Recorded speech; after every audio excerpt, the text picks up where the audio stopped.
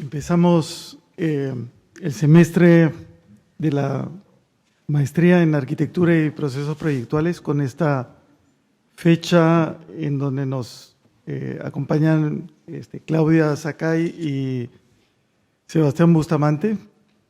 A Sebastián creo que ya muchos lo conocen muy bien, ya es casi un caserito de la maestría.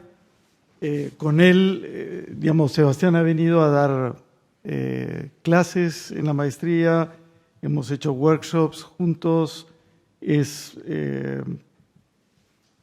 miembro de Urban Medellín, con los cuales tenemos una alianza que se llama Andes Pacífico. Y justamente quería hablar un poco de ello. La maestría en arquitectura y procesos proyectuales hace parte de este grupo de maestrías que trabajamos sobre un territorio común, que es el de los Andes, del lado del Pacífico. Estamos asociados a la Universidad Católica de Quito, Urban en Medellín y la Universidad Diego Portales de Santiago, con los cuales tenemos unos ciertos acuerdos de intercambio de profesores. Los alumnos de cada una de estas 4 maestrías pueden cursar un semestre en cualquiera de las otras 3. Anualmente o bianualmente se organizan workshops comunes. El primero lo organizamos nosotros acá en Lima, en donde estudiamos las lomas de Mancaes. Y me parece interesante abrir la maestría este semestre con esta fecha particular, porque justo para los que estuvieron en la conferencia de ayer, José María Montaner nos hablaba de esta polarización entre lo público y lo privado, en donde lo público es en medida cada vez mayor disfuncional y lo privado es en alguna medida cada vez más dirigido al beneficio económico como único punto como único valor. Entonces, él proponía que entre los dos está surgiendo algo que siempre ha existido, pero que se está reformulando de alguna manera, que es lo común. Es decir, la sociedad organizada que se une digamos, con unos ciertos objetivos y que en muchos casos están concentrados en el hábitat, ¿no? Entonces, ayer nos presentaba algunos proyectos que le había hecho en Barcelona como concejal de vivienda del municipio de Barcelona, y creo que esta tarde tenemos también dos charlas que tocan eso. Son más ejemplos de cómo podemos generar de maneras muy distintas lo común y cómo podemos actuar como arquitectos en la sociedad desde ese punto de vista. No es el único campo de acción, y por eso la maestría se esfuerza en mostrar diversas aproximaciones al quehacer arquitectónico, al quehacer del proyecto arquitectónico, y cómo los procesos proyectuales pueden cambiar o cambian, de hecho, según la aproximación que uno le da a la arquitectura. Esta es una, y con esto abrimos, digamos, este semestre. Así que los quería presentar. Primero a Claudia Sakai, que es investigadora del Okabe Lab en la Graduate School of Frontier Science de la Universidad de Tokio, en Japón, y es PhD en Design por la Universidad de Tsukuba y arquitecta especializada en temas de la ciudad informal en Latinoamérica desde un enfoque sociocultural y medioambiental. Sus estudios combinan la investigación y la práctica, abordando temas sobre gobernanza de la tierra, inclusión urbana, diseño participativo y mejoramiento de las infraestructuras.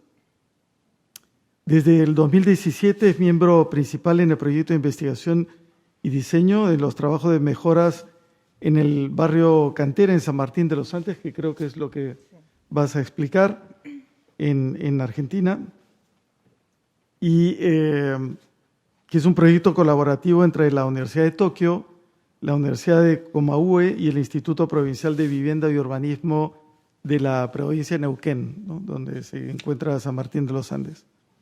Sebastián, en cambio, es arquitecto de la Universidad Pontificia Bolivariana de Medellín y magíster en Paisaje, Medio Ambiente y Ciudad en la Universidad Nacional de La Plata, en Buenos Aires.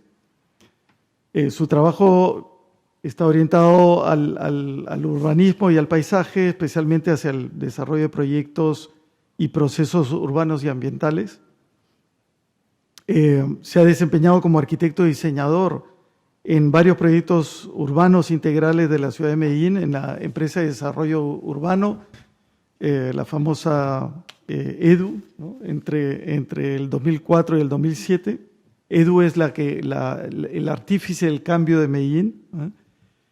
Ha trabajado como asesor en el desarrollo de proyectos urbanos con agencias de cooperación internacional, universidades, ONGs, en varias ciudades de América Latina. Bueno, ha sido conferencista, como dije, ha sido profesor de nuestra maestría y actualmente hace parte del equipo del Centro de Estudios Urbanos y Ambientales, que es URBAM, de la Universidad de EAFIT, ¿no?, que es una aliada de nuestra maestría. Y acaba de publicar un libro que se llama El Edén al Parque Público, que va a estar disponible en la biblioteca, pequeña biblioteca que estamos formando dentro de la maestría.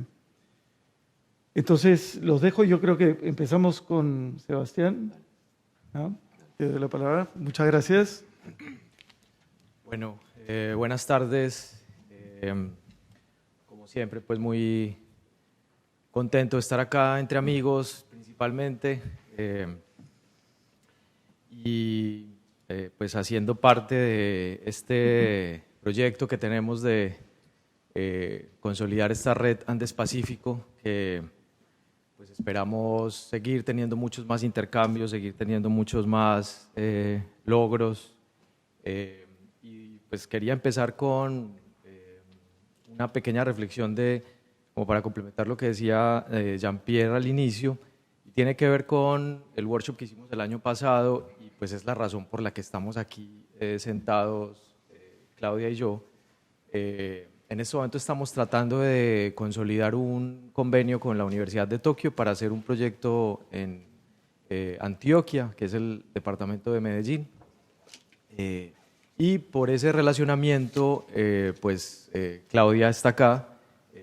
Tenemos muchas posibilidades también de que lo que estamos haciendo en Medellín se haga acá. Eso lo debería decir Claudia, pero yo aprovecho.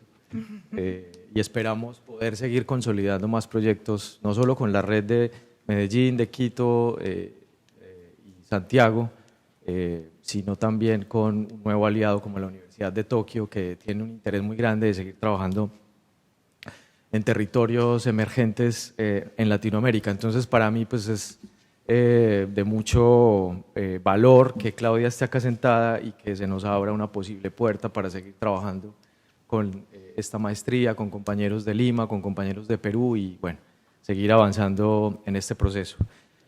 Yo voy a arrancar con una pequeña introducción, pues porque es inevitable no hablar de lo que hemos aprendido en Medellín, y yo creo que para una ciudad pues como Lima es importante siempre como recordar estas enseñanzas. Me voy a concentrar en hacer unas reflexiones sobre el parque. Son unos encargos que han llegado a Urban en los últimos 2 años y pues coincidencialmente tienen que ver también con el libro que escribí, que es sobre el Parque de Medellín, y bueno, quiero hacer pues como mis reflexiones en torno en el espacio que voy a tener para esto. Medellín, una ciudad pues que tiene una condición muy parecida a la latinoamericana. Lamentablemente lo que nos diferencia bastante son los niveles de violencia que tuvimos en la época del narcotráfico. Lo sufrimos pues bastante. Mi generación pues afortunadamente, yo estoy vivo, muchos murieron en ese momento, y eso pues es una cuestión que por eso creo que nos hace pensar la ciudad y nos hace pensar pues todo lo que está pasando en Medellín. Medellín es una ciudad muy desigual, una de las ciudades más desiguales que hay en el mundo. Entonces aparece entre el 2004 y el 2011 algo que arranca con la política, fundamental la política. En la universidad a los estudiantes de ciencias políticas les dicen: ustedes son los que van a tomar las decisiones más importantes. Los políticos son los que toman las decisiones más importantes. Y eso lo hemos aprendido en Medellín. Hemos aprendido también a priorizar. Tenemos 1000 problemas, pero de esos 1000 problemas hay 2 que son claves: las desigualdades, la violencia, y se plantea que la única forma de resolver estos 2 problemas es con la educación. Fundamental tener claro las condiciones de vida de la ciudad. Este es un mapa de índice de calidad de vida. Los verdes más claros es donde hay menos índice de calidad de vida, los más oscuros donde hay más índice de calidad de vida. Y es fundamental pues tener este mapa claro para poder saber dónde priorizar las intervenciones y dónde concentrar nuestro trabajo. En Medellín en los últimos años esta ha sido la obsesión de concentrarse a trabajar en esos verdes más claros, que es donde hay menos índice de calidad de vida. Aprendimos que el urbanismo social es parte de un proyecto y un acuerdo colectivo. Aprendimos que los proyectos urbanos integrales son además políticas urbanas que concurren en estos proyectos. Hay una focalización territorial y es muy importante por eso la escala del proyecto. Mientras más grande, más complejo el proyecto; mientras más acotado, más fácil de ejecutar el proyecto urbano. Hay unas perspectivas además pues, estratégicas. Fundamental pensar siempre en inclusión, en visibilizar los territorios que están invisibilizados, las zonas más pobres, las zonas que están estigmatizadas, y integrarlas a esa otra ciudad que está planificada, que está consolidada. Tener claro temas como homicidios, índice de calidad de vida, índice de desarrollo humano es fundamental. La integralidad en las intervenciones, el proyecto social con resultados urbanos, espacios para el encuentro cotidiano, la nueva piel del barrio. Creo que si hay algo que en este momento uno pueda entender de Medellín como un laboratorio, es poder explorar todo lo que se ha hecho respecto al espacio público y a los equipamientos públicos. Fundamental recordar que en los territorios emergentes, en los lugares donde hay mayor pobreza, hay inteligencias colectivas. Inteligencias que nosotros cada vez desde el equipo de Urban valoramos más, y por eso cada vez pensamos que aquí es donde están gran parte de las soluciones y no tanto en las universidades ni en los entornos gubernamentales. Pensar que hay diseño de procesos colaborativos, que hay proximidad y diversidad cultural, capacidad de escucha y de diálogo. En Medellín ha sido fundamental la gente. Sin la gente no podría haber pasado todo lo que ha pasado. Y cuando me refiero a la gente es además a organizaciones de base comunitaria que cuando te sientas a hablar con ellos están en unos niveles de capacitación iguales a los tuyos. Nos hemos dado cuenta también que la cultura, el arte y la memoria han sido ejes de la transformación social. Aparecen nuevos símbolos, se reescribe la ciudad, hay una lógica de palimpsesto. Donde está el Parque Biblioteca de Belén, antes era una sede de la policía privada, que en la época de la guerra pues era un lugar de torturas, de asesinatos, y hoy está el Parque Biblioteca de Belén, que es uno de los espacios más lindos que tiene Medellín en este momento. Que los proyectos urbanos son articulación de diversas instituciones públicas y privadas, se puede trabajar con la revitalización de parques. Este era el parque más deteriorado que había en la ciudad y hoy es el lugar más importante que tenemos en el área metropolitana. la valoración de servicios ecosistémicos y de la biodiversidad, la movilidad sostenible, un proyecto comunicacional que promueve el Parque Explora, que se llama Existir antes de existir, promoviendo la ciencia y la tecnología. Esto eran cosas como que antes de que el edificio se hiciera, se hacían conferencias de un biólogo muy importante de Colombia, con Carlos Vives, hablando sobre el vallenato y la biodiversidad. Y se llenaba un auditorio de gente que estaba interesada en ciencia para todos, y desde ahí empieza a aparecer el proyecto. Eso es existir antes de existir. Procesos de inclusión física y social con nuevas narrativas. Y esto es una de las cosas más importantes que hemos aprendido. Construir nuevos relatos que resignifiquen las realidades que a veces son realidades muy duras. Hoy el Jardín Botánico, que es la fotografía que está a la izquierda, estaba encerrado entre muros, es donde se celebra el evento más importante de la ciudad, que se llama la Fiesta del Libro. Es la Feria del Libro, pero en Medellín se le apostó a que fuera más que una feria, una fiesta, y durante una semana se cierra la calle Carabobo, que es esa que está en la fotografía, se realizan diferentes exposiciones en torno a la literatura, al arte, y hoy un espacio que pues estaba completamente deteriorado es un espacio urbano, es un espacio de actividad cotidiana donde se celebra, como les digo, la fiesta más importante.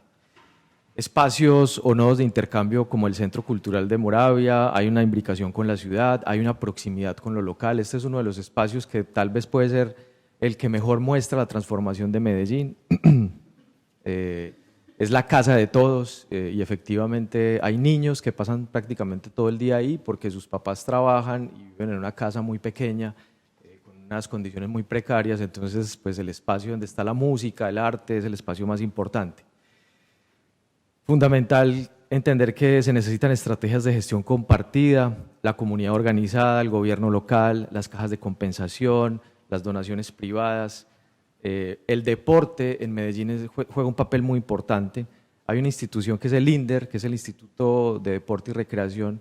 Es una de las instituciones más importantes de la alcaldía, y lo que ha hecho durante casi 40 años es promover la recreación, la actividad física y el deporte. Pasan cosas como que si un grupo de personas del barrio se juntan a hacer yoga, llaman al INDER y le dicen necesitamos un instructor, el INDER le dice en qué barrio, necesito que sea mínimo 6 personas, el instructor va y hace las prácticas de forma gratuita. Y esto es en todo Medellín, en la zona urbana, en la zona rural. Y con esto nos hemos dado cuenta pues, que hay una herramienta muy potente. Este es un espacio muy importante también, donde antes se habían albergado una serie de equipamientos deportivos. Hoy es un parque para Medellín y se aprovecha una gran oportunidad que fueron los Juegos ODESUR para hacer esta intervención. Y aquí hay una reflexión importante y es las ciudades tienen que aprovechar las oportunidades. Juegos ODESUR, Juegos Panamericanos, son un montón de plata que llega a la ciudad, que puede activar espacios, que puede hacer proyectos urbanos, que puede recuperar equipamientos importantes. Eso fue lo que pasó aquí. Las piscinas, los coliseos, las canchas, el nuevo parque para la ciudad se consolida principalmente con inversión de este tipo de juegos. Se piensa que la ciudad se debe transformar a partir de proyectos urbano-arquitectónicos. Se definen unos proyectos urbanos estratégicos y son el de la nororiental, el de Moravia, con el Jardín Botánico Explora, y se hace una priorización para hacer intervenciones. Un municipio articulado, conectado, diferentes herramientas para que esto pueda pasar. Y algo que también es muy importante, así como lo decía en Medellín, como las personas, las organizaciones de base comunitaria que están en los barrios, son las instituciones. Es muy importante la institucionalidad para poder sacar adelante proyectos urbanos. En Medellín, EPM, el Metro, el INDER, son instituciones públicas que trabajan de manera muy eficiente, trabajan como empresas privadas que incluso generan superávit anual, y esos son los principales ingresos que tiene Medellín para poder hacer todas estas intervenciones, lo que le genera, por ejemplo, EPM. Otras instituciones como Confama, como Confenalco, como ProAntioquia, que manejan recursos. Ahora voy a mostrarles un proyecto de Confama. es una especie de paraestado, tiene un poder, tiene dinero para poder hacer intervenciones importantes para compensar esta sociedad desigual. Y por eso que pues hemos aprendido en Urbam, estamos concentrados en esto. Esta pues es nuestra gran obsesión, pensar que la población urbana informal en el 2050 será de 3 billones, nos hace tener esto como una prioridad. Todos nuestros trabajos buscan tratar de aportar a resolver esto. Parte de las ciudades en las que estamos en esta red, pero pueden haber otras muchas ciudades. Esta es la realidad de Quito, la realidad de Medellín, la realidad de Lima, la realidad de Valparaíso. Estamos entre las desigualdades más grandes del mundo, pero también tenemos una gran biodiversidad que se ve reflejada en ecosistemas, flora, fauna, en tener cantidades pues, de agua importantes también, que es uno de los temas claves. Esto es Urbam, tenemos 3 espacios, un área académica, un área de proyección social, un área de gestión del conocimiento.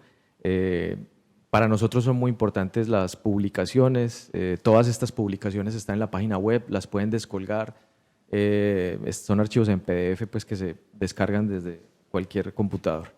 Tenemos un curso cada año sobre urbanismo social y cómo diseñar ciudades equitativas, que lo hacemos en julio. Tenemos una maestría en procesos, que es la urbanos y ambientales, que es la maestría que hace parte de la red. Nos hemos dado cuenta que hay algo que es fundamental para poder hacer los trabajos que hacemos nosotros y es la prospectiva. Y hemos creado una herramienta que se llama DenSurbam, que mide la capacidad de soporte bajo criterios de sostenibilidad. Esto define de forma concreta cuántas personas pueden vivir en un territorio según los recursos naturales que se tengan. Esto pues nos ha permitido dar discusiones científicas, concretas, basadas en datos, para poder pelearle a una inmobiliaria o para poder pelearle a un gobierno cuál es la densidad que debe tener un territorio. Jean-Pierre ahora empezaba, ¿quiénes están haciendo la ciudad? El privado y las comunidades en los barrios informales, poco el Estado. Hay que trabajar en ese reto que tenemos y un poco quitarle el poder a muchos que tienen y poder trabajar por lo público, por la movilidad pública, por el espacio público, por el equipamiento público, por los recursos naturales pues, que son de todos. Hemos creado una red que para nosotros pues, es fundamental, dentro de la que está obviamente la maestría, otros muchos amigos que nos interesa consolidar un discurso sur-sur, un discurso de la franja tropical que nos permita relacionarnos con el norte, pero desde nuestras problemáticas y desde nuestros intereses. Esta es una de las grandes elecciones y esto sintetiza mucho lo que les he dicho. Hay 2 lógicas de trabajar, procesos top-down, procesos bottom-up. Lo que nosotros hemos o tratamos de hacer es que se combinen estos 2 procesos, los gobiernos, los técnicos, con las organizaciones de base comunitaria y nosotros como intermediarios para poder sacar adelante proyectos urbanos y territoriales estratégicos. Rápidamente voy a empezar con algunas reflexiones sobre el libro. De hecho, tengo algunos libros acá por si a alguien le interesa comprarlo. Este no está colgado en la página web porque este lo vende la universidad. Lo que hace el libro es que plantea esta zona de la ciudad donde se ha planteado un proyecto urbano tan importante, ¿por qué se hace ahí y qué pasa? ¿Por qué es la zona urbana más importante de parques públicos y de equipamientos públicos? Estas son algunas imágenes de lo que hay ahí hoy. Esto era ese sector a principios del siglo XX y por qué ciertos espacios de la ciudad se llenan de información, por qué son como son. Entonces, parto de una reflexión de mis profesores en Argentina que plantean que para que exista un paisaje no basta que exista naturaleza, es necesario un punto de vista y un espectador que dé sentido a lo que se mira y experimenta. Entonces, lo que hago yo es, bueno, pues, ¿por qué ha pasado esto en Medellín? Y encuentro crónicas, encuentro fotografías, encuentro planes urbanos. Entonces lo que hago es tratar de entender lo que ha pasado ahí desde la cultura, es una lectura de la ciudad desde la historia, la cultura, y entonces eso tiene que ver con pintura, con literatura, con arquitectura, con planeación. Entonces, son unas diapositivas que muestran el discurso que construyó Medellín desde principios del siglo XX para poder consolidar la zona de parques urbanos más importante. Y esto pues evidencia lo que les había dicho, que para lograr transformaciones urbanas o territoriales es muy importante construir relatos, construir historias, que sean sencillas, que no sean técnicas, que no solo sean para los arquitectos o para los biólogos, sino que sea para cualquier persona. Entonces miren esta consecución de ideas que se construyeron durante 100 años.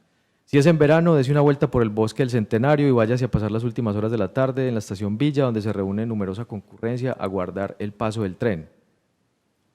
Este era el bosque en ese momento, o sea, no hay bosque.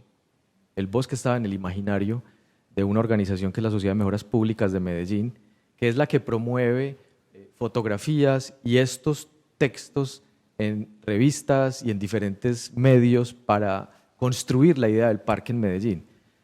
Es el bosque de la independencia, una de las obras creadas por la Ciudad de Mejoras Públicas y a la cual ha aportado su más continuo afán unido a la ciudad por una línea de tranvías. Está llamado a ser un interesante punto de expansión y de recreo. Esto es primera década del siglo XX. Si se dispone de tiempo, dése una vuelta por el Bosque del Centenario que está cerca del cementerio de San Pedro. Sus avenidas son frescas y agradables, hay un pequeño lago con sus barcas donde se pueden hacer un poco de ejercicio con los remos. Cerca del laguito se tienen algunos animales de nuestros montes, hay un kiosco donde se puede tomar un refrigerio, campos de tenis y basquetbol. Este era el parque. Como vieron en la primera foto, no habían árboles. Lo primero que hacen es construir el bosque, sembrar 3.000 árboles en un lugar que había sido totalmente talado, y empiezan esta Sociedad de Mejoras Públicas a consolidar un discurso a partir de la fotografía y a partir de estos textos que son escritos por la misma institución para que se consolide este imaginario. El más pintoresco lugar de recreo de la ciudad. Es el lugar más atractivo de la ciudad y el paseo más agradable y económico que pueda hacerse. Visítelo con sus familiares, con sus amigos, con los forasteros, quedarán sorprendidos de la belleza del paisaje y la frescura del campo. Ya estamos en los 50s.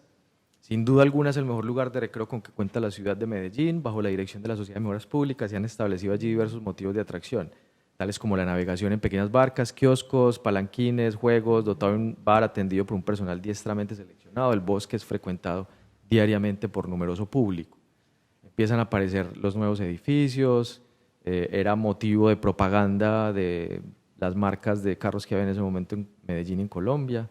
Estos son todos los fotógrafos más importantes que habían en Medellín. Dos importantes aspectos del Bosque de la Independencia: el sitio ideal en Medellín para recibir a los turistas y donde se recrean los niños en compañía de sus padres. Y finalmente, a finales del 50, se consolida este discurso del bosque y es lo que hace que hasta el día de hoy tengamos el espacio público más importante de todo el área metropolitana, que lo que hace este libro es un poco como contar la génesis de por qué ese proyecto del Nuevo Norte, donde está Explora, Jardín Botánico, tiene ese sentido que se ha dado. Pero bueno, esto simplemente es para contar la importancia que tiene construir un relato, construir un guión, construir una historia para poder construir esos imaginarios y sacar adelante proyectos urbanos. Un segundo trabajo que nos lo encarga el INDER, que es este Instituto de Deportes y Recreación de la ciudad, es que consolidemos un distrito D. Nosotros nos hemos caracterizado por ayudar a instituciones y a gobiernos a construir proyectos urbanos o territoriales estratégicos. Eso es a lo que nos hemos dedicado y cada vez más estamos consolidados en eso. Y eso nos hace pensar, en este momento, por ejemplo, estamos por abrir nuestro nuevo pregrado, que es en diseño urbano y gestión del hábitat, en pensar que nuestros territorios necesitan otro profesional, necesitan una persona que esté pensando en otras cosas que no son solamente las del oficio de la arquitectura. Entonces, lo que buscan estas instituciones o gobiernos es que los ayudemos a construir un proyecto, a consolidar un discurso, a consolidar un relato. Entonces, lo que ya pasó en la unidad deportiva Atanasio Girardot, quieren que pase en otros espacios de la ciudad con ese discurso de consolidar distritos o sea, distritos para el deporte. Entonces, cuando nosotros empezamos a trabajar con ellos, una de las cosas que nos damos cuenta es que vivimos en ciudades enfermas y nosotros cada vez estamos más enfermos.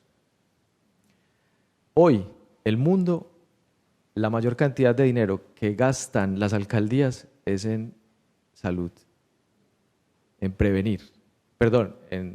mitigarla, no en prevenirla. Entonces nos damos cuenta que hay una movida en este momento en el mundo de cómo pensar la ciudad desde la salud. Miren estos datos que hay ahí. Las enfermedades están identificadas que en su mayor porcentaje es por contribución del medio ambiente, es decir, del entorno donde vivimos.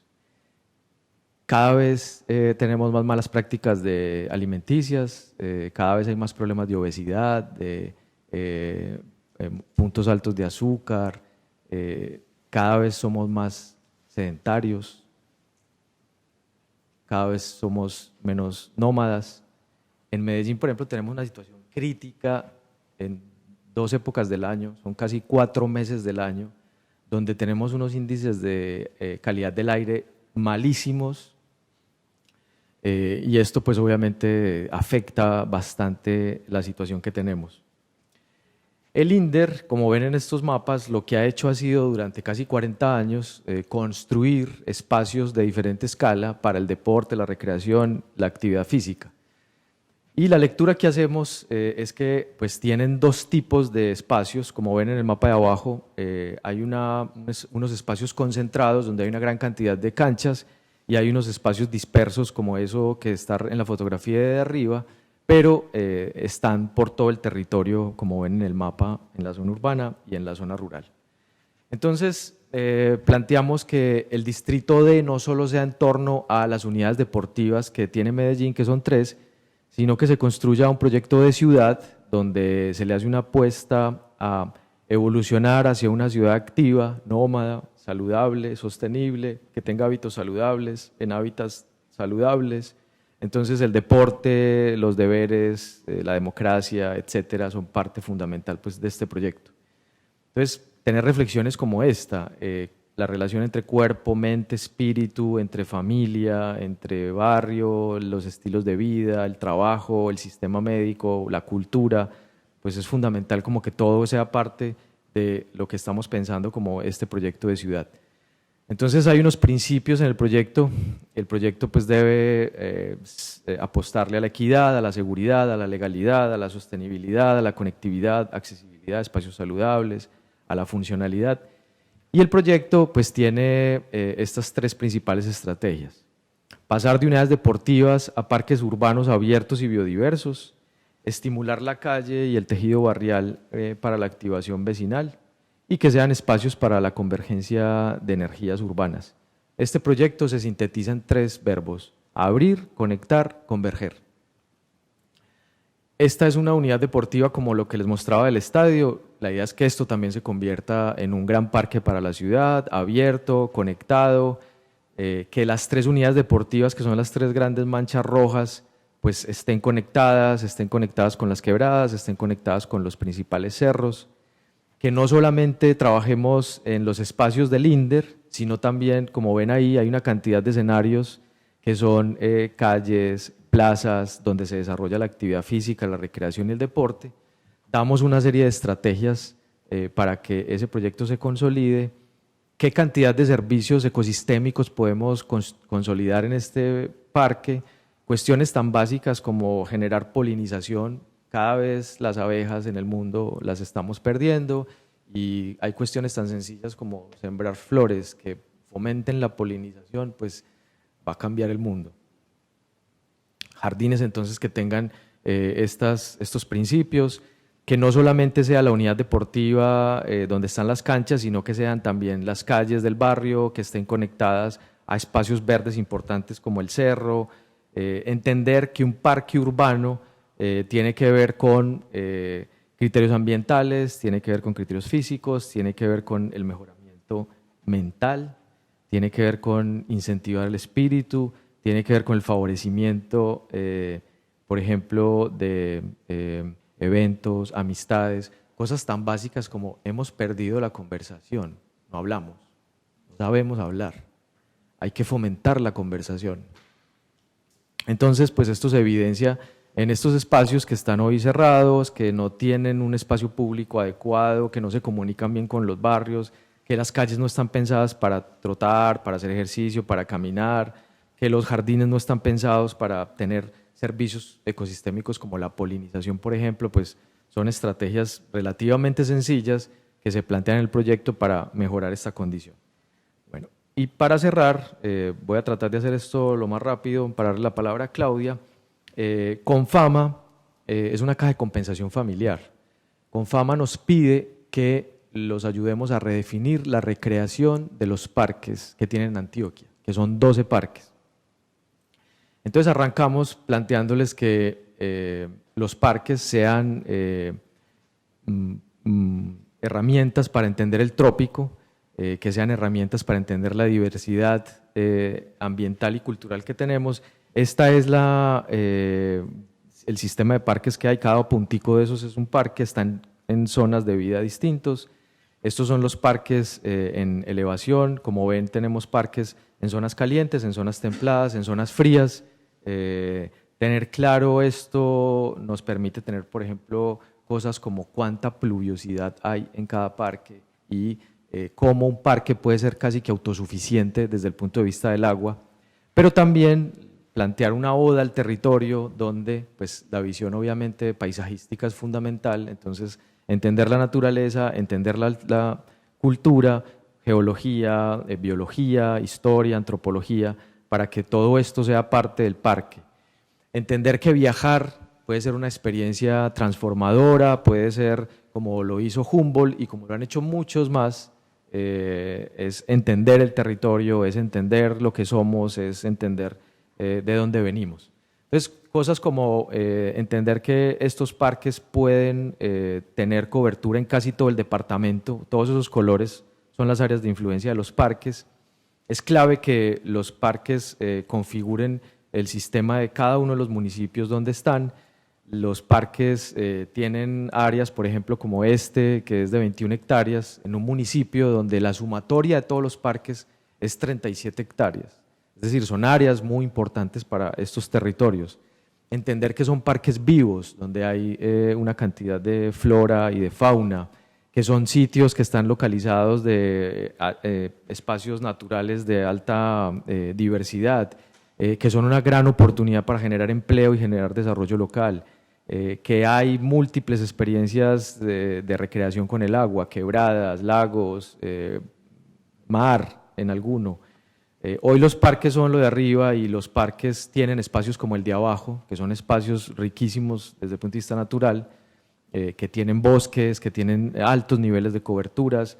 Esta es una fotografía del parque y como ven el parque está concentrado en la zona central y las áreas de los lados que son bosques y son quebradas no tienen ninguna actividad del parque. Es decir, ahí hay una gran oportunidad para que el parque consolide otros usos. Todos los parques prácticamente le dan la espalda a los elementos naturales más importantes, a los bosques, a los bordes de agua que tiene cada uno. Son parques que están en territorios con alta diversidad gastronómica, son parques que hoy están cerrados y se comportan más como islas, entonces pues deben pensarse como parques abiertos, son parques que podrían implementar un sistema sostenible de aguas lluvias, son parques que deberían entenderse en el territorio de la cuenca y que deberían partir de una noción de que pues, no solamente son el área que tienen, sino que hacen parte de un sistema más grande. Identificamos población, la principal población que visita los parques hoy son niños y mujeres, entonces ahí hay un énfasis obviamente en infancia y en género, pues en general.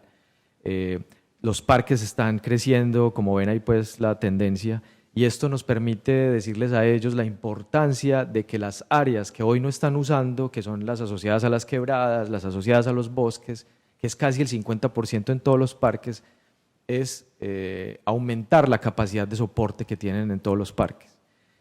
tenemos claro cuáles son desde estos criterios de sostenibilidad los parques que tienen un comportamiento más negativo, entonces esto nos ayuda también a priorizar cuáles son los que hay que empezar.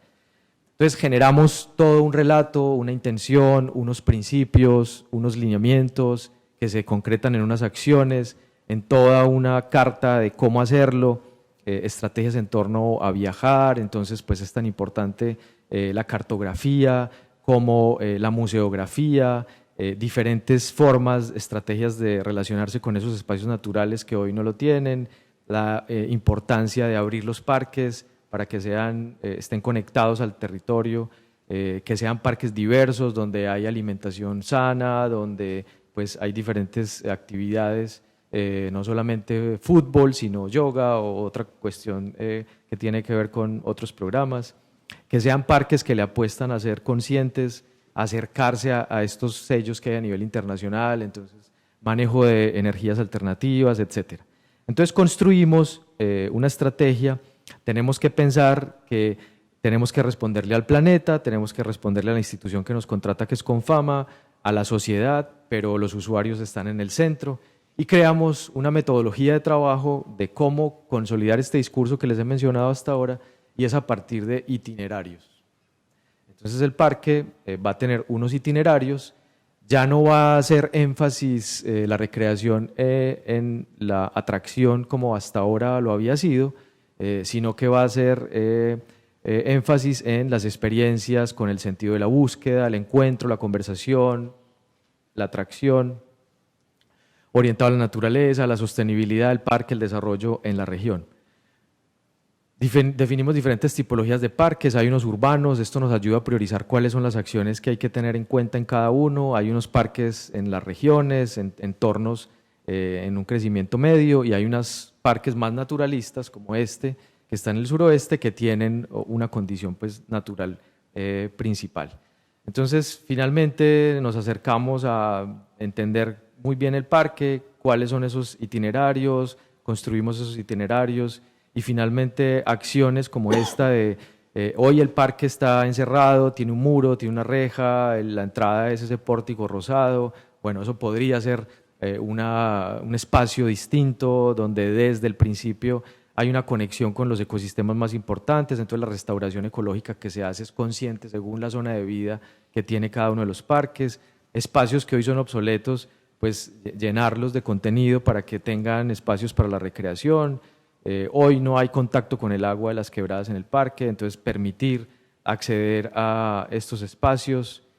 No hay, por ejemplo, relacionamiento con la noche, entonces pues la importancia de tener unos espacios en unos puntos claves del parque más altos, donde no hay bosque, que permitan conectarse con las estrellas, conectarse con la noche. Y finalmente, el último parque, que es el que quieren que sea el parque más importante de ellos, que es el que tenga todo el discurso que estamos construyendo, entender que el parque es un paisaje vivo, que es un paisaje dinámico, en transformación, bueno, entre otras reflexiones. Este es el territorio del parque. Arrancamos entendiendo muy bien por dónde se mueve el agua, por dónde están las pendientes más altas, las más bajas, las zonas de sensibilidad ecológica, y de ahí planteamos unos itinerarios, encuentros con la quebrada, entonces poder estar cerca a ese espacio desde diferentes puntos de vista, desde el agua, pero también desde una altura media, o atravesarla, encuentros con las piedras, por ejemplo, es un espacio que desde el punto de vista geológico es muy importante, entonces existe la oportunidad de que se dé una recreación desde la geología, desde los petroglifos, y que desde ahí se entiendan pues, las culturas que han habitado estos territorios, cuáles son los espacios que me permiten entender ese paisaje, entender esa riqueza que hay ahí natural. Bueno, finalmente, la reflexión es que a nosotros esta institución o estas instituciones nos contratan arrancando de algo que yo creo que es muy importante conversarlo en este espacio, y es, la arquitectura es muy importante, yo soy arquitecto, pero también hay otra cantidad de cosas muy importantes hoy. Estas instituciones, por ejemplo, nos dicen, nosotros hicimos un concurso de arquitectura porque pensamos que esto lo podían resolver los arquitectos, y nos equivocamos. Nos pusimos a buscar qué institución nos podía apoyar para hacer esto. Nosotros somos un equipo de técnicos, en temas urbanos, arquitectónicos, en temas ambientales, en temas sociales. Entonces, estos trabajos son armados por politólogos, por sociólogos, por comunicadores, por arquitectos, por ecólogos, por hidrólogos, por geólogos, y bueno, eso sigue pues una lista según cada proyecto. Entonces la reflexión es, y por eso estamos creando un pregrado en diseño urbano y gestión del hábitat, porque creemos que ya es suficiente la cantidad de arquitectos que hay en la ciudad y que se necesita otra cosa más. Yo creo que eso es importante entenderlo en este espacio asociado a lo que plantea la maestría. La maestría plantea, obviamente, que como arquitectos un poco se pongan en otra posición, se pongan en otras miradas, entiendan otras cosas. Es muy importante, obviamente, las escuelas de arquitectura más convencionales y se necesitan, pero se necesitan también otras cosas en este tipo de territorios y en este tipo de realidades. Muchas gracias.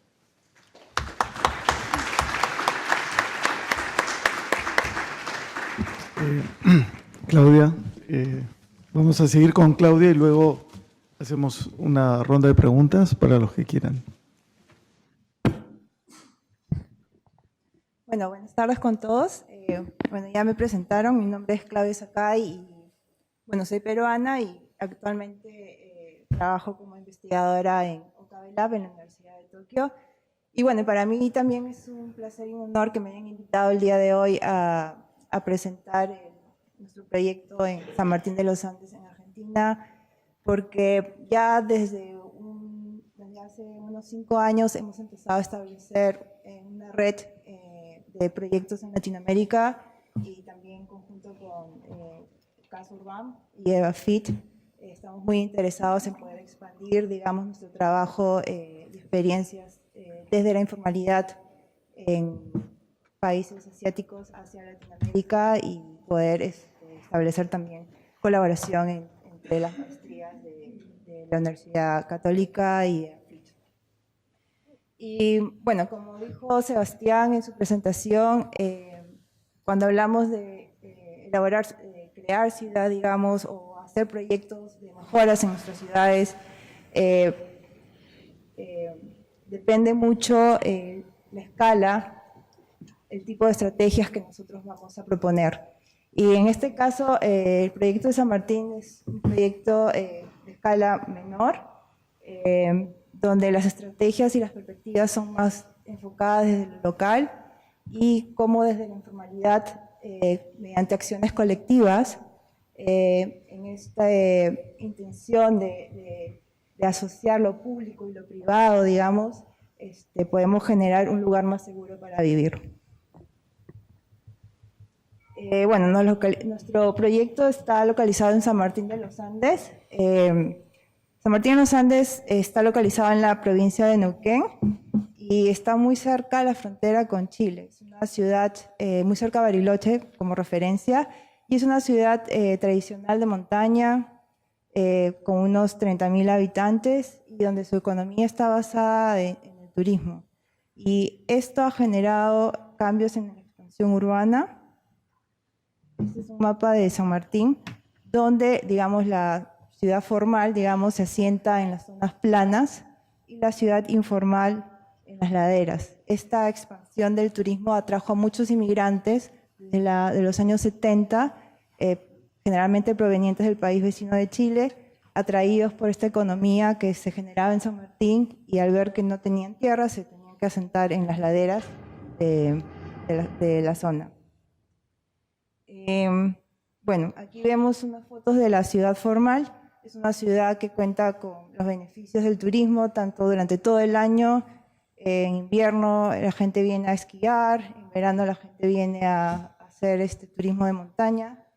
Y por otro lado, la ciudad informal asentada en las laderas, expuesta, digamos, a riesgos ambientales, a riesgos sociales, pobreza, y un poco excluida, digamos, de la ciudad formal de San Martín, aunque, bueno, como veíamos aquí, en el caso de Barrio Cantera, que es nuestro caso de estudio, están muy cerca a la ciudad y la gente participa de esta actividad económica, pero son excluidos digamos, de los beneficios que la ciudad formal puede traer. Bueno, generalmente se asientan en las laderas, no son muy de densificación alta, pero las construcciones también están hechas por sus habitantes, sin considerar que viven en una situación de riesgo diaria. Esta es una foto aérea de Barrio Cantera, también fue establecida en los principios del año 70 y en la actualidad cuenta con unos 780 habitantes y unos 231 viviendas. Y bueno, los inicios de este barrio, hubo una lluvia intensa en San Martín, donde toda esta parte de la ladera se derrumbó, y luego llegaron estos migrantes y se sentaron encima de esta ladera inestable. Entonces, digamos, el territorio, cada vez que llueve, hay muchos accidentes, caídas de rocas, deslizamientos de tierras. Y bueno, estas son unas fotos del barrio. Estos son como fenómenos comunes. Las viviendas son muy precarias, asentadas en esta ladera inestable. Las caídas de rocas, deslizamientos son eventos diarios. Y bueno, aquí hablamos, lo que primero hicimos fue crear una estrategia de identificar los riesgos. Y generalmente aquí hablamos, bueno, si actuamos desde lo local o desde lo privado, digamos, generalmente cuando queremos hacer un mapa de riesgo como profesionales, llegamos al barrio y decimos, bueno, es una escala pequeña, todo el barrio está con riesgo, sería que todo el barrio estaría en color rojo.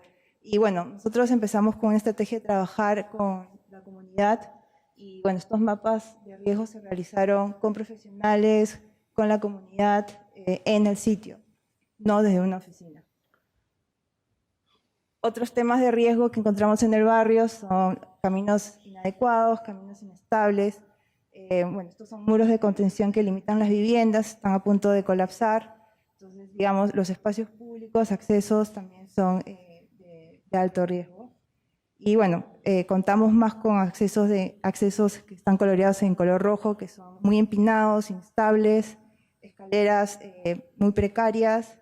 Y bueno, en la zona de color violeta hay algunos accesos a vehículos.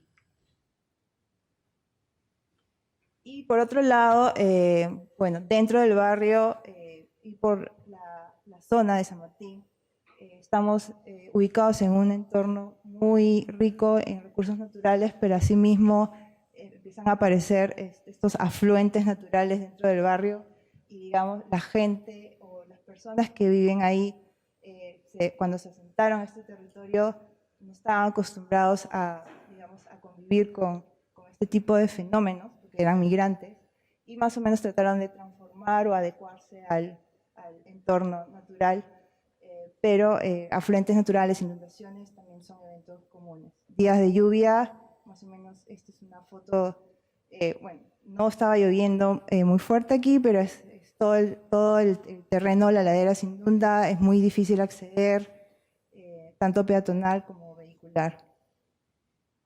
Y otros problemas que tiene el barrio es problemas de degradación ambiental, problemas de basura, bueno, generadas también por los mismos residentes. Y lo más importante es el tema del dominio. Estamos hablando que es un barrio informal, por lo tanto hay grupos que están asentados en zonas de dominio municipal, digamos, que vienen a ser dominio público, y las zonas rojas y moradas son dominios privados. Y esto no solo causa un conflicto social dentro del barrio, porque digamos, estas personas cuentan que el gobierno local o regional pueda ayudar, digamos, no solamente a formalizar el dominio, sino a proveer infraestructuras, pero es muy imposible desde el tema legal entrar a trabajar al barrio, ya que la situación es diferente. Entonces también encontrar una estrategia o una solución general, digamos, al barrio, es también para nosotros era un gran desafío.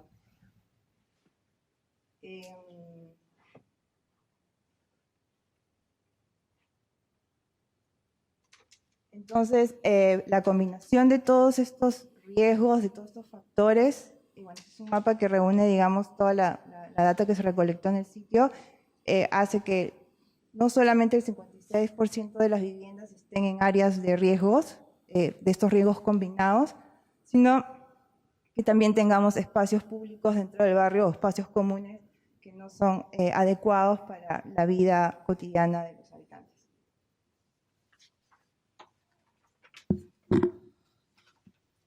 Esto también ha generado que, todas estas situaciones han generado también que la población de Barrio Cantera tenga un sentimiento de desesperanza, digamos, de un sentimiento de que el Estado, en un estado de vulnerabilidad, al sentir que, digamos, el gobierno regional o las promesas que se hacen en el lugar para poder hacer mejoras se demoren mucho. Entonces, poder trabajar con la comunidad para nosotros fue un desafío importante. Y bueno, más o menos les voy a explicar más adelante cómo fue nuestro proceso para poder activar primero a la comunidad antes de pasar a hacer una mejora como infraestructura en el lugar. Y bueno, Barrio Cantera, posicionamos Barrio Cantera en un contexto global, digamos. Barrio Cantera pertenece a este 30% de la población que vive en asentamientos informales en países de vía de desarrollo. Más que todo, es una población que tiene un conflicto socioambiental, no solamente por temas de pobreza, desempleo, por estar vulnerables a desastres naturales, sino viene una vulnerabilidad a cómo nosotros, como profesionales o técnicos o políticos, respondemos, digamos, a estas situaciones de riesgo.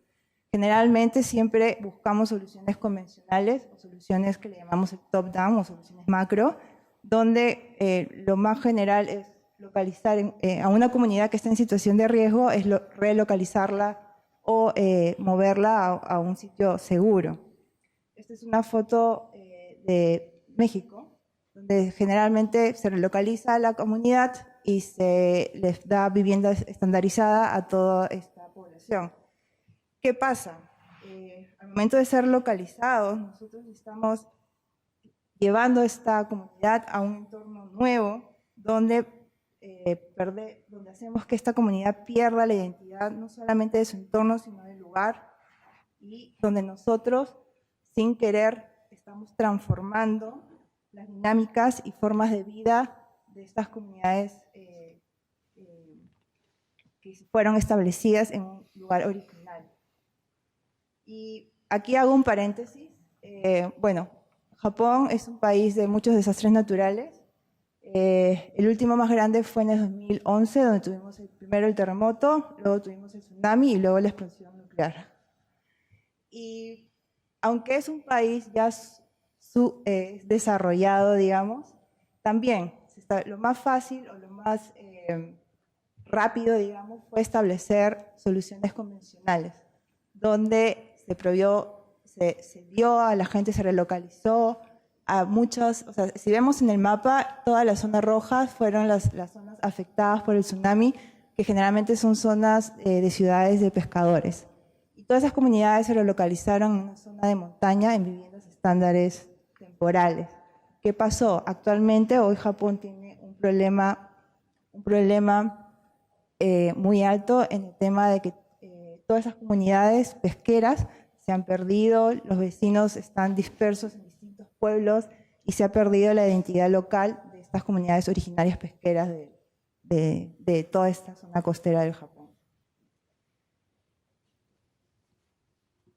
Entonces, cuando buscamos soluciones convencionales, digamos, estamos buscando soluciones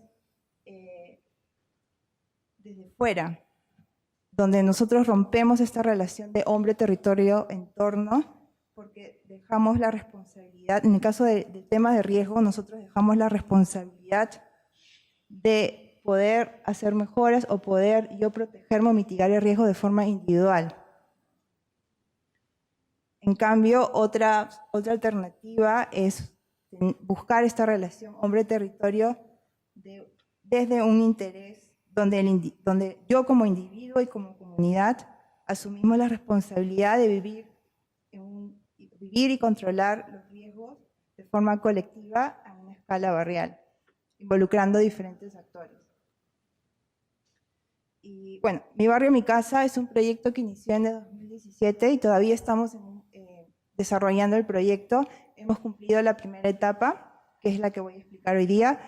Y uno de los objetivos es, teniendo en cuenta esta relación a escala de responsabilidad colectiva y barrial, es buscar el desarrollo endógeno y autónomo de los habitantes para que de forma colectiva puedan buscar formas de vida sostenibles e inclusivas para la ciudad de San Martín, y donde Barrio Cantera pueda convertirse en un barrio más saludable, más seguro ante los riesgos ambientales. Y digamos, el proyecto pretende explorar estos 5 factores, que es el medio ambiente, el empoderamiento de la comunidad, tener una visión de barrio, hacer mejoras en vivienda y generar economías locales en el Barrio Cantera.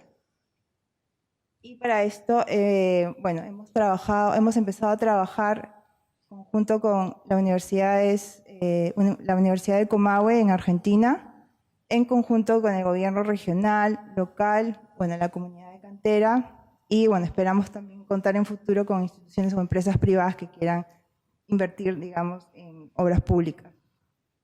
Pero al general esta red de actores fue muy importante porque no solamente involucramos el tema privado y público, sino que generamos una red de actores donde la comunidad de Cantera es la central, y nosotros como académicos o universidades somos como un conector, digamos, para poder, conectamos, digamos, la comunidad de Cantera con las acciones del gobierno regional y local. Y bueno, como decía Sebastián en su presentación, nuestra idea no solamente es trabajar en base a lo local o a la comunidad, sino también mezclar medidas top-down, que vendrían a ser las medidas macro, pero estas medidas generalmente son muy grandes, requieren mucho tiempo, ingenierías mucha ingeniería, y mezclarlas con estrategias micro, que son más específicas, enfocadas a generar comunidad desde lo local. Una estrategia para este proyecto fue, bueno, muy aparte de mezclar estas dos soluciones, la macro y la micro, es primero aceptar el desplazamiento y las formas de vida actuales y originarias del lugar, y formulando estrategias inmediatas a riesgos desde lo micro. Entonces proponemos proyectos pilotos, digamos, que llamamos proyectos pilotos, que se hacen realidad mediante la microintervención y que a futuro se complementarán a nivel macro con obras públicas por parte del gobierno regional o local. Pero para empezar, bueno, como comenté al comienzo de la presentación, la comunidad de Barrio Cantera era una comunidad en riesgo, era una comunidad que ya no tenía esperanza, una comunidad que vive día a día en una situación vulnerable. Entonces, para nosotros empezar desde el local con estrategias muy específicas era muy importante, pero encontrábamos estas limitaciones de que la comunidad estaba desparcida, no quería trabajar, y para eso era para nosotros muy importante primero, como primera fase, activar la comunidad mediante el diseño participativo y prácticas comunitarias, sobre todo en espacios comunes del barrio. Y bueno, aquí algunas fotos. Empezamos con un trabajo de talleres donde realizábamos mapeos participativos para identificar zonas de riesgo, charlas con la comunidad, un trabajo que fue en conjunto con el gobierno regional y la Universidad del Comahue. Y bueno, también se trabajó talleres más específicos con el gobierno regional y local, con los profesionales técnicos, planeamiento y urbano de la ciudad de San Martín. En este caso generamos un taller para crear escenarios en base a estos 3 axes, que son economía, sociedad y medio ambiente, para buscar una alternativa diferente para solucionar el tema, para solucionar y darle una estrategia diferente, una alternativa diferente a Barrio Cantera. Pero a su vez también, como proceso para activar la comunidad, para nosotros era muy importante trabajar con los vecinos en el tema de estudios, hacer prácticas en el sitio. Cuando hablábamos de mapeo, generalmente, o estudios de riesgos, generalmente se se pide a un profesional que realice un estudio y lo hace desde afuera.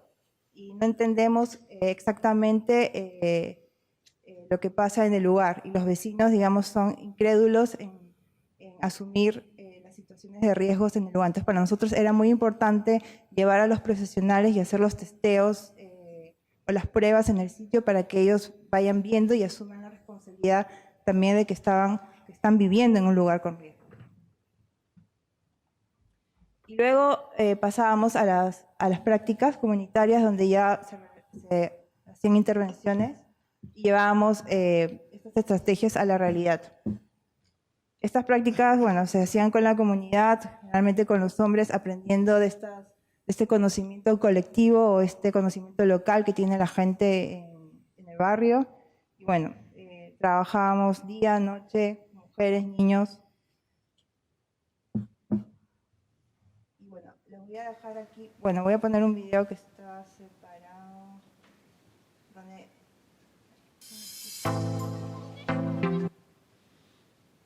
En este video resume las intervenciones que se han hecho hasta el día de hoy.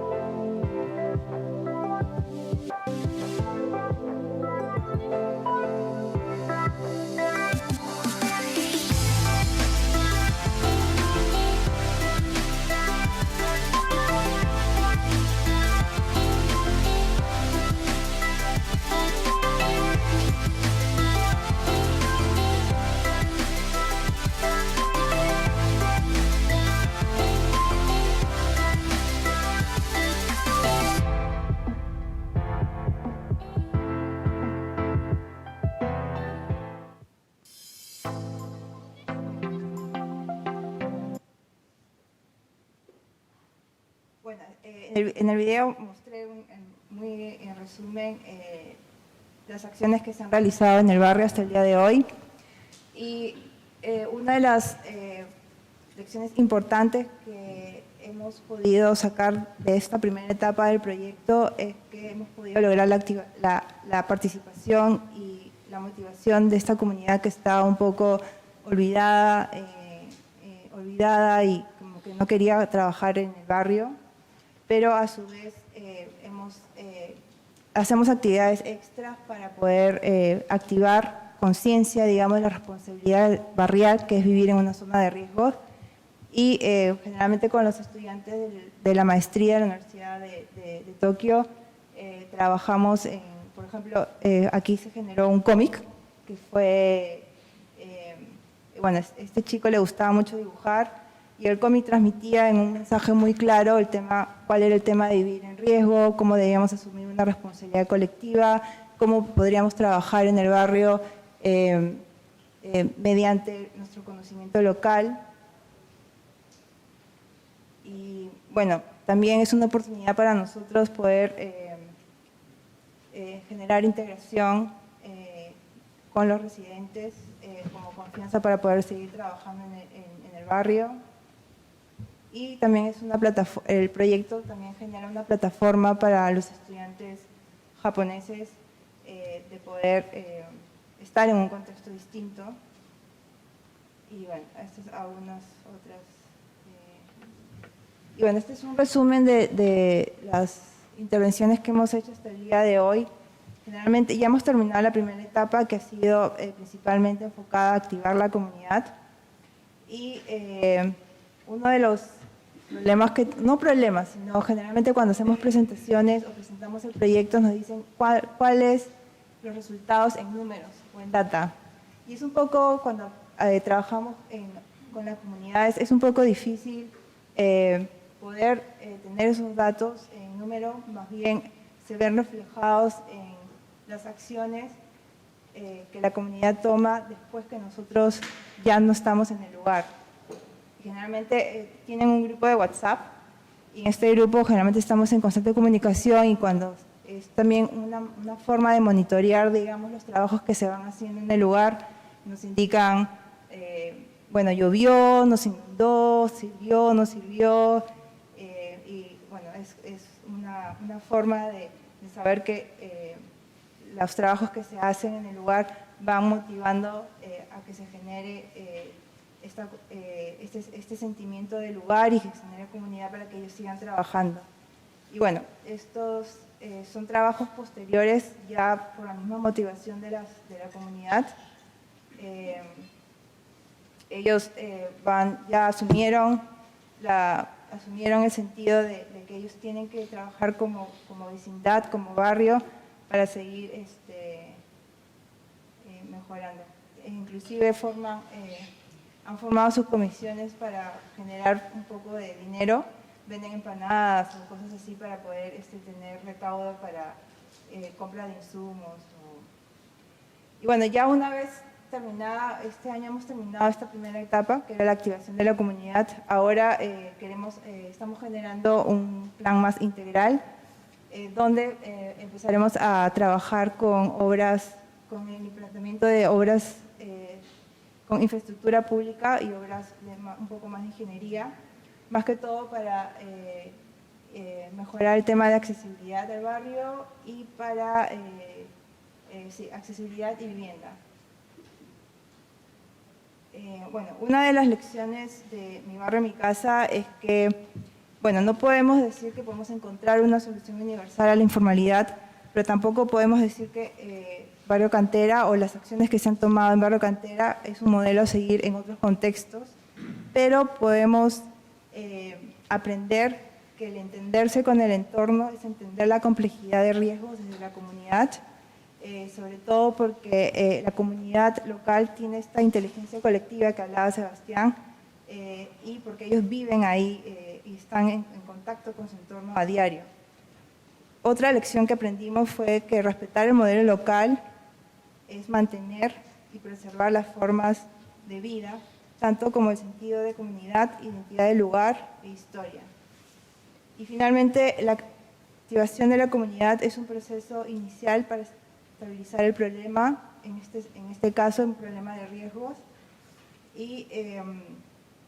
pero existen diferentes escalas de responsabilidad y compromiso, no solamente a nivel de los habitantes o como comunidad, sino también como ciudadano, como político, nosotros como académicos profesionales, también tenemos que asumir esa responsabilidad de trabajar y buscar soluciones alternativas a soluciones globales.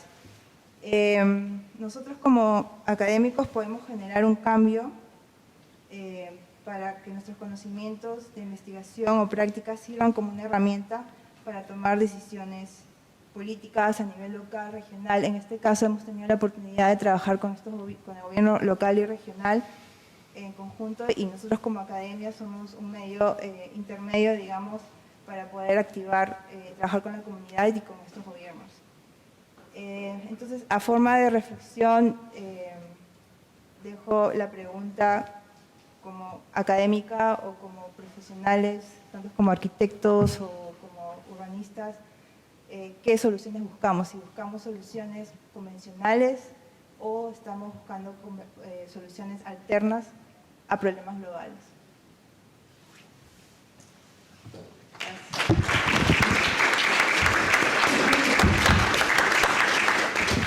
Gracias, Claudia, gracias, Sebastián. Quisiera abrir la discusión al público. Yo me considero público en este caso, así que voy a hacer la primera pregunta. Y dirigida a Sebastián, en el sentido de que cuando, eso es una cosa que además nos pasa a todos los peruanos y te pasa a ti cada vez que te encuentras con un peruano, y es que uno siempre, incluso sin quererlo, establece relaciones digamos, de similitud y diferencia entre las dos realidades, ¿no?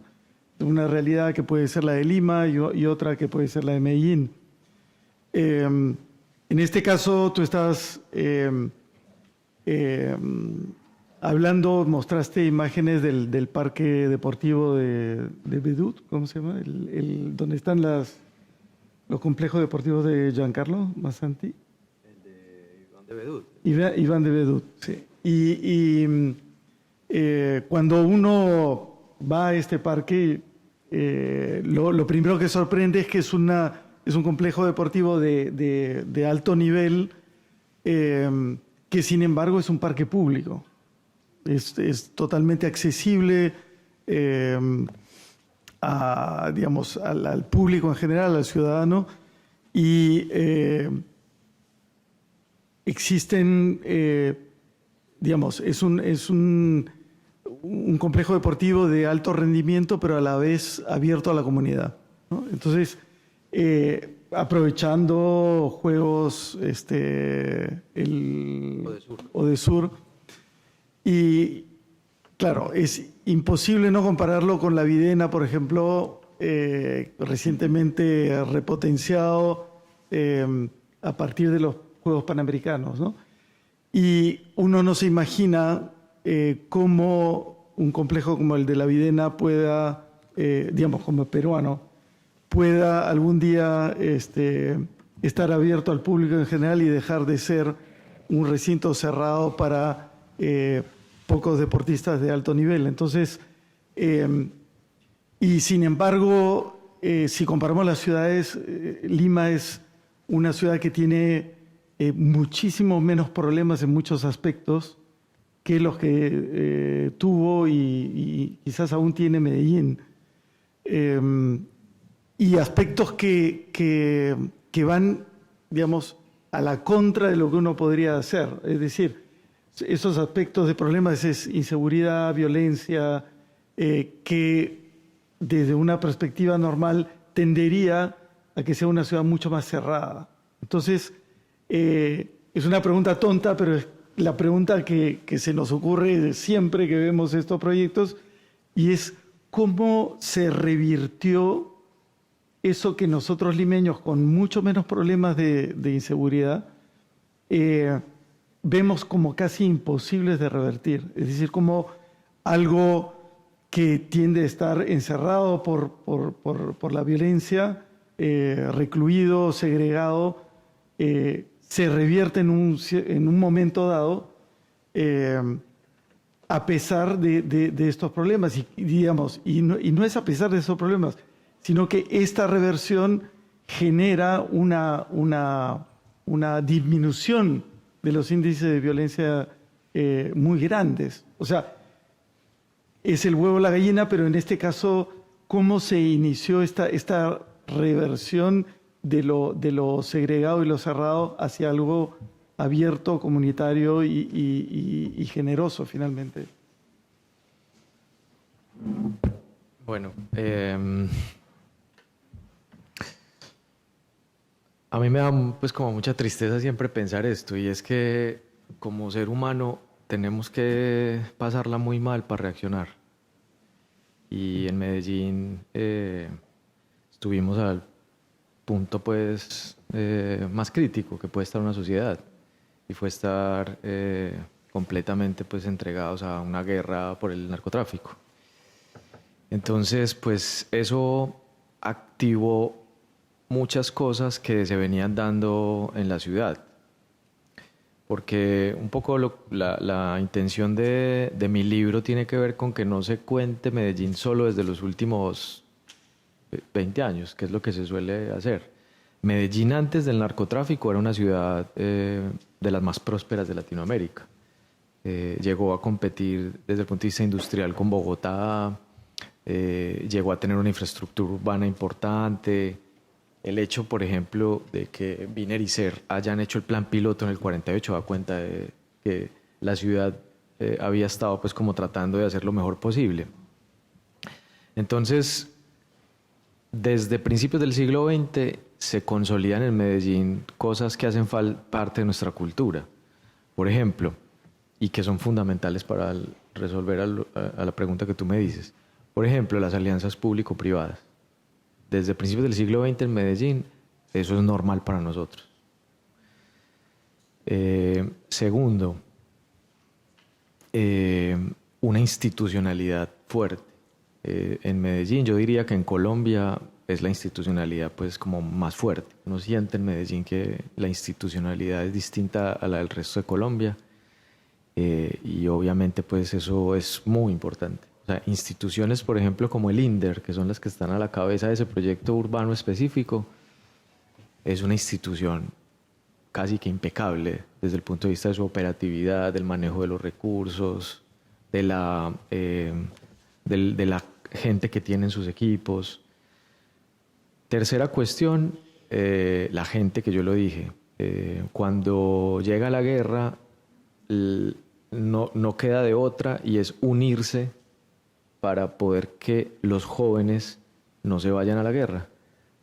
Lo que hace Pablo Escobar en Medellín es traer a todos los chicos de los barrios que no tenían ninguna otra opción y volverlos sicarios y volverlos narcotraficantes.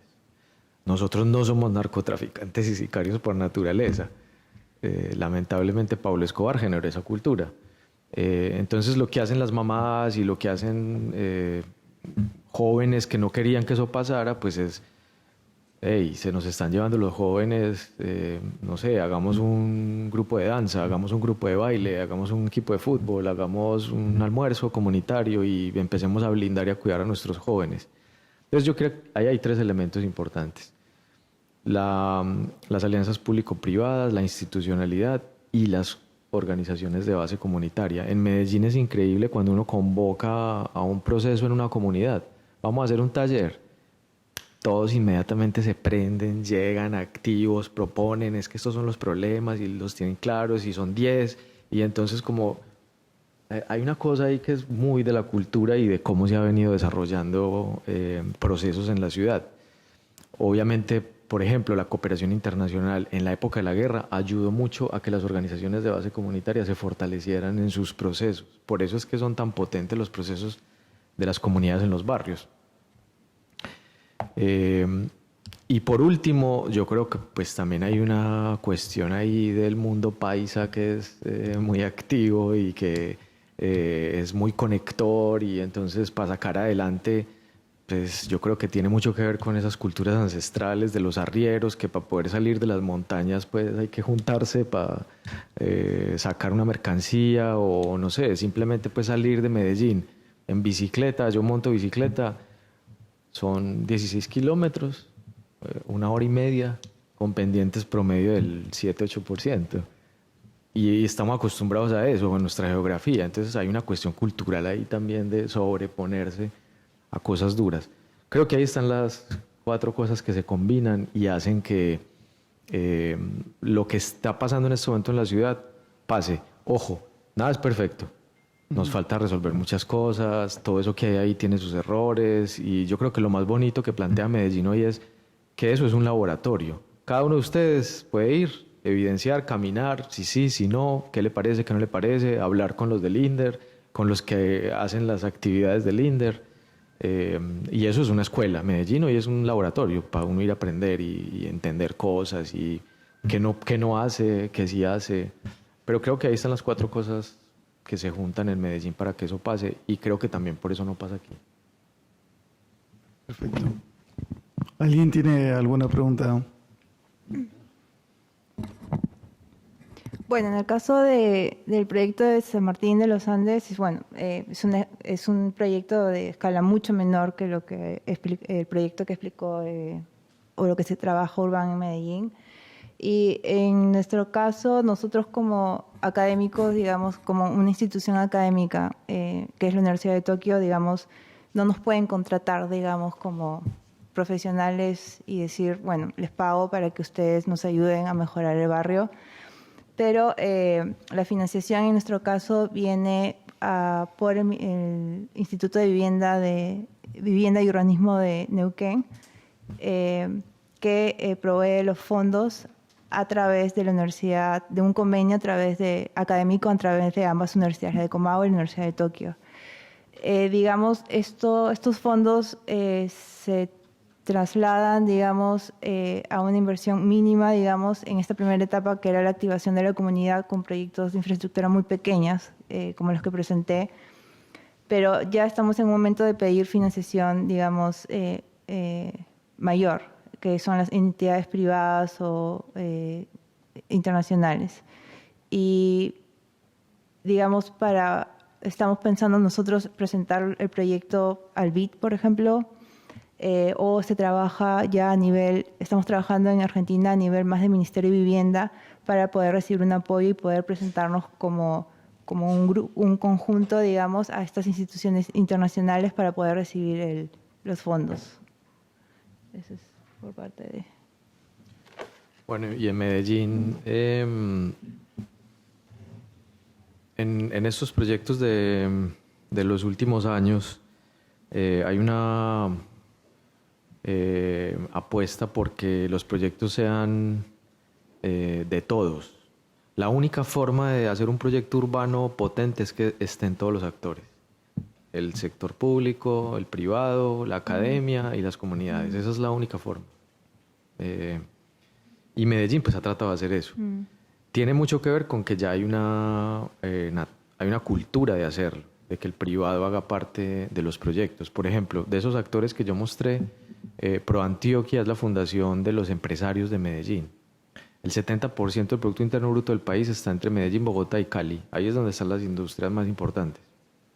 Y los industriales de Medellín tienen un grupo que es de los más importantes de ese Producto Interno Bruto, y están asociados en esa fundación, que es ProAntioquia. Esa fundación está buscando cómo mejorar las condiciones de los territorios, cómo aportar a procesos. Entonces, ha estado el privado en muchos de esos proyectos de Medellín. Inclusive hay privados que han pedido que estén, pero que no se diga quién es. El Centro Cultural de Moravia, por ejemplo, no sé si lo conocen, fue donado por un privado y dijo, yo doy la plata pero no quiero que digan quién soy. Y hay una cuestión ahí que vuelvo y digo, nada de esto es perfecto, pues cierto, eso tiene sus cosas buenas y sus cosas malas, pero hay una cuestión ahí de que en Medellín no tenemos una cultura colonial. Entonces hay desigualdad, pero no hay una desigualdad marcada desde la colonia. En Medellín hay familias, como en todas partes, que son las que tienen más riqueza, pero no es la familia que viene desde la colonia. Entonces, el que tiene riqueza en Medellín la consiguió, pues digo, estas industrias, la consiguió trabajando. Entonces hay una conciencia del trabajador y hay una conciencia de revertir el dinero a lo público y a que no solamente se gane dinero para el privado, sino que eso se revierta también a la ciudad, a los espacios públicos, a los equipamientos. Entonces ahí hay una cosa que está pues como instalada en la cultura y es relativamente normal pues que eso pase. Casi todas las empresas, además de la Fundación ProAntioquia, tienen su fundación y también son fundaciones muy efectivas que aportan a estos procesos, que tiene que ver también con un interés de trabajar en grupo. Es como que también es parte de la cultura nuestra y es como hay una necesidad, es como la única forma de hacerlo, pues. Entonces eso de esa forma pasa y sí pasa y pasa mucho. Y sobre la plusvalía, pues hay un efecto, pero no entiendo tu pregunta específica. Una de las deudas que tenemos en Medellín es medir mejor los impactos. Eso no lo hemos hecho de una manera tan juiciosa, pero uno sí ve pues que en unas zonas más que en otras hay unas transformaciones y pues empieza a llegar el privado a hacer inversiones urbanas.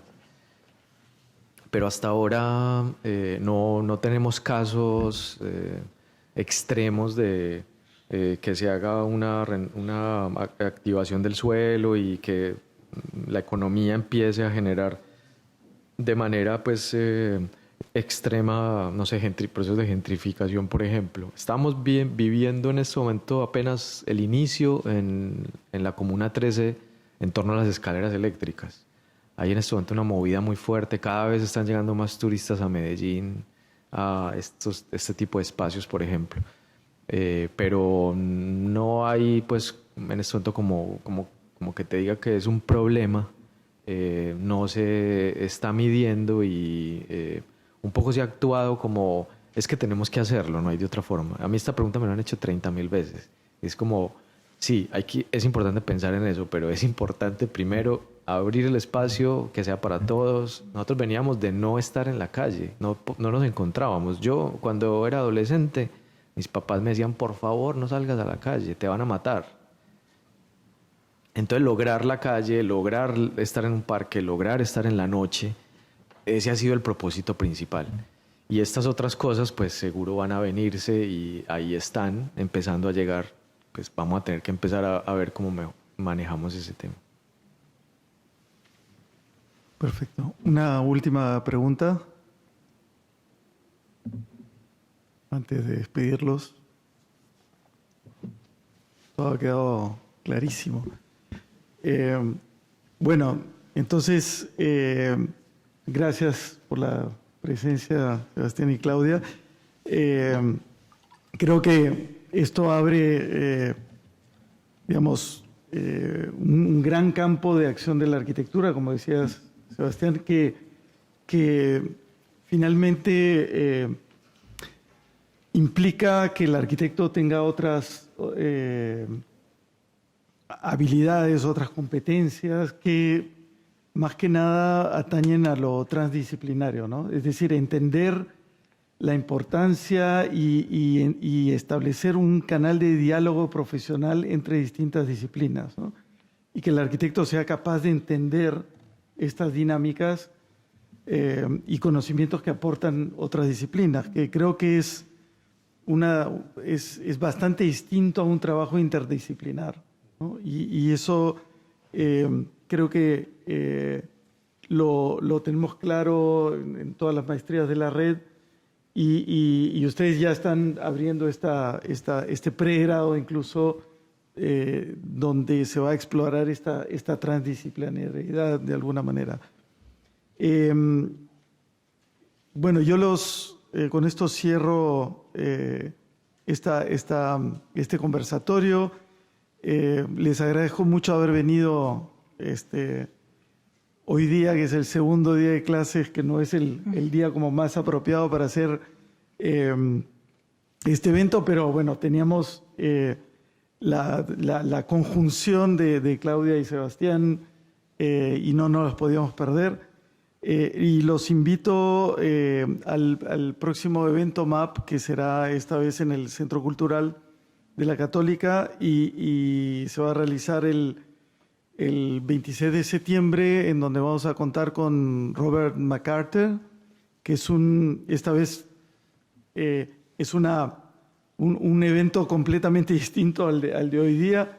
Robert McCarter es un teórico del espacio de la arquitectura y creo que es importante también dentro de los saberes digamos, las competencias del arquitecto, el trabajar sobre la especificidad del espacio arquitectónico. Y Robert McCarthy es alguien que ha estudiado a los grandes maestros del movimiento moderno y ha establecido cómo la arquitectura dentro de este proceso de democratización pasó de ser una profesión de composición de volúmenes a una de creación de espacio para la mejora de la calidad de vida. Los invito entonces desde ya al jueves 26 de septiembre a asistir en el Centro Cultural de la Católica. Muchas gracias.